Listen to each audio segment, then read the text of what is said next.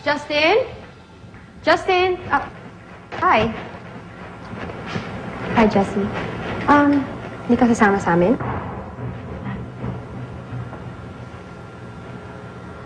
Okay. Ganda ka naman eh. Well, in a naive kind of way, you're charming. But compared to me, you're nothing. Ano sabi mo? You heard me.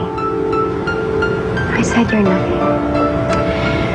Alam mo, matagal na kitang gustong kausapin eh. Just wanna tell you na Justin is mine. Hinahiram ko lang siya sa'yo. Tagal ko na rin gustong sabihin na hiwalayan ka na rin niya at mapapunta siya sa akin.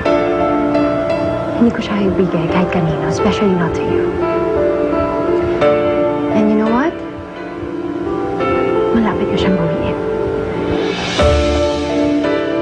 Hey! Elaine!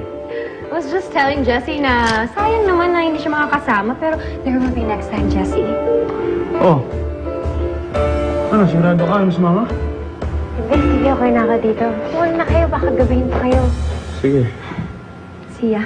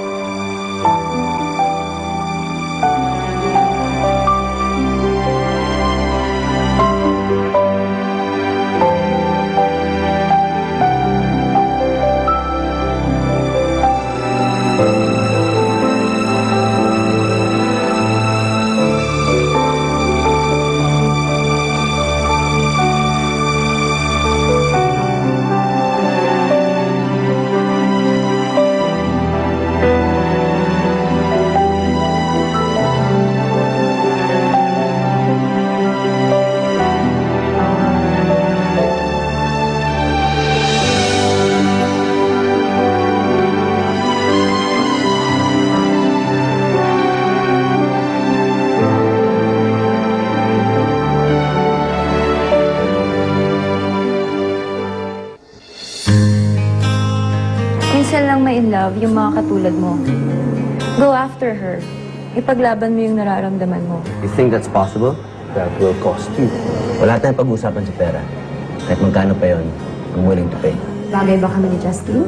Bagay ba akong bride mo? Bagay naman. Pero kasi ang problema natin dyan, huli na tayo eh. Malapit na sila maghiwalay. At malapit na rin i-annul ang kasal nila. Bakit na lang hindi mo hiwalayan si Jessie at si Elaine na lang ang pakasalan mo? H, ano ka ba? Hindi pwede. Baka masira image ko pag ganun. Pwede rin ang dahilan in love ka kay Jessie. Payo ko lang sa'yo, ipaglaban mo si Justin. Dahil ikaw naman ang asawa niya at ikaw ang pinili niya. Justin, can I have this dance with you?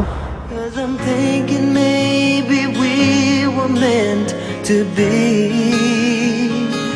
I think I've